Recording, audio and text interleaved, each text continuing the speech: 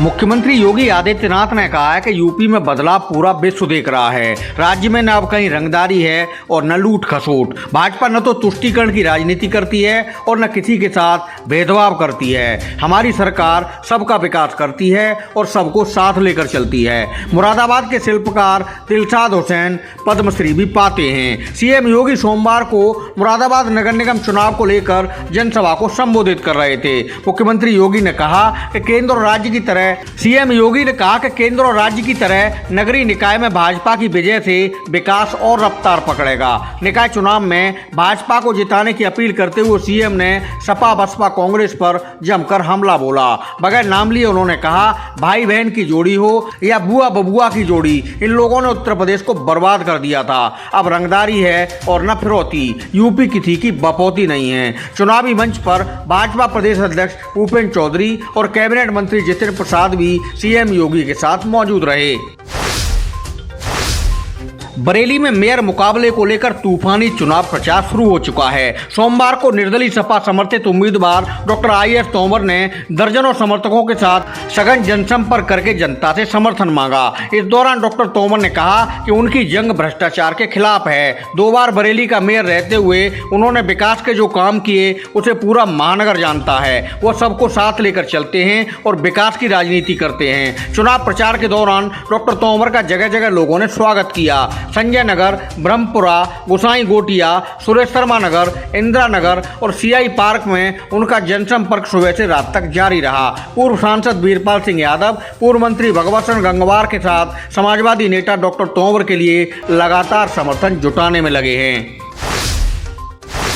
बरेली से भाजपा के मेयर उम्मीदवार डॉक्टर उमेश गौतम ने चुनाव प्रचार में पूरी ताकत झोंक दी है। वह सुबह और शाम 2 चरणों में शहर के बाढ़ और गलियों में तूफानी दौरे कर रहे हैं। उनके साथ भाजपा युवा मोर्चा, अल्पसंख्यक मोर्चा, महिला मोर्चा के पदाधिकारी भी पार्टी संगठन के साथ कदम से कदम मिलाकर प्रचार में जुटे हैं। पूर्व केंद्रीय मंत्री संतोष गंगवार, वन मंत्री डॉक्टर अरुण कुमार, कैंट विधायक संजीव अग्रवाल, भाजपा महानगर अध्यक्ष डॉक्टर KM अरोड़ा, चुनाव संयोजक अधीर सक्सेना लगातार प्रचार में जुटे हैं। सोमवार को डॉक्टर गौतम ने जनकपुरी, राजेंद्र नगर, गांधीनगर, नेकपुर सहित कई इलाकों में जनसंपर्क किया। उनका लोगों ने जगह जगह स्वागत किया। क्षत्रिय महासभा ने भी डॉक्टर गौतम को अपना समर्थन दिया है। महासभा के संरक्षक धीरेन्द्र सिंह धीरू, पूर्व जिलाध्यक्ष MP सिंह और गौरव सिंह चौहान ने उनके समर्थन का ऐलान किया है।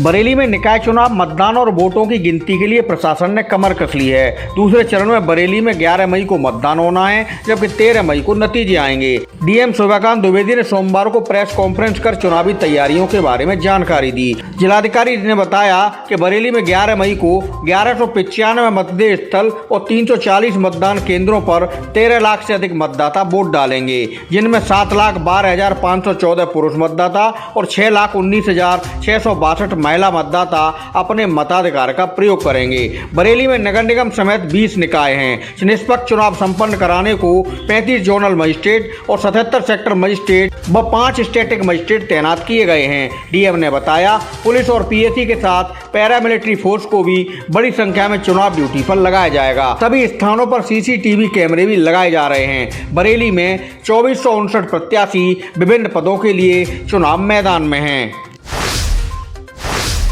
राज्य निर्वाचन आयोग ने सीनियर IAS संयुक्ता समद्दार को निकाय चुनाव में बरेली का प्रेक्षक नियुक्त किया है। संयुक्ता समद्दार बरेली मंडल की पूर्व में कमिश्नर रह चुकी हैं और जिले की अच्छी जानकारी रखती हैं। राज्य निर्वाचन आयुक्त की ओर से आदेश जारी करके उन्हें चुनाव प्रक्रिया की निगरानी को बरेली पहुंचने को कहा है। संयुक्ता समद्दार बरेली में तैनाती के दौरान पब्लिक के बीच खासी लोकप्रिय रही थी। वर्तमान में वह NCR में कमिश्नर की जिम्मेदारी संभाल रही हैं। बरेली में नगर निकाय चुनाव की प्रक्रिया संपन्न कराने को सोमवार को चुनावी ड्यूटी में लगे कर्मचारियों को EVM संचालन का प्रशिक्षण दिया गया। विशेषज्ञों द्वारा मतदान शुरू होने से लेकर मतदान समाप्ति तक पूरी जानकारी बारीकियों के साथ मतदान कर्मियों को समझाई गई। शहर के राजीव की इंटर कॉलेज में ADM, DIOS और अन्य जिम्मेदार अधिकारियों की मौजूदगी में एक्सपर्ट की टीम ने कर्मियों को मतदान कराने का प्रशिक्षण दिया। इस दौरान जिले भर के सैकड़ों मतदान कर्मियों ने प्रशिक्षण में भाग लिया। शादी करने के बाद एसएसपी बरेली दफ्तर में सुरक्षा मांगने पहुंचे प्रेमी युगल की कुछ लोगों ने जमकर पिटाई कर दी। एसएसपी ऑफिस के बाहरी युवती के परिजनों ने दोनों को पकड़ लिया और उनके साथ मारपीट की। बीच सड़क लात गूंजे चलने से वहां हंगामा मच गया। मौके पर पहुंची पुलिस ने दोनों पक्षों को पकड़ लिया। मौके पर पहुंची पुलिस ने हमलावरों को पकड़ लिया। भोजीपुरा क्षेत्र के बिलवा गांव के रहने वाले सुनील के साथ दिल्ली की एक युवती ने संबल के मंदिर में शादी की थी। परिजनों से खतरे का अंदाजा होने के बाद दोनों सुरक्षा की गुहार करने पुलिस दफ्तर आए थे। बरेली में हैकरों ने एक युवक के अश्लील वीडियो बनाकर उसे ब्लैकमेल किया और उससे 10 लाख रुपए वसूल लिए। अनजान लिंक पर क्लिक करके युवक हैकरों के जाल में फंस गया। मामला कैंट थाना क्षेत्र का बताया गया है। यहाँ के रहने वाले युवक की हैकर ने सोशल मीडिया की सभी आईडी हैक कर ली हैं। अश्लील फोटो वीडियो बनाकर उसको ब्लैकमेल किया जा रहा है। उससे फरवरी से अप्रैल तक करीब 10 लाख रुपए लिए जा चुके हैं। हाल ही में हैकर ने उससे 3.5 लाख रुपए और देने की डिमांड की थी तो उसने इनकार कर दिया। हैकर ने इसके बाद उसके एडिटेड फोटो और वीडियो उसके रिश्तेदारों को भेजना शुरू कर दिए। पीड़ित युवक ने एसएसपी से कार्रवाई की गुहार की है।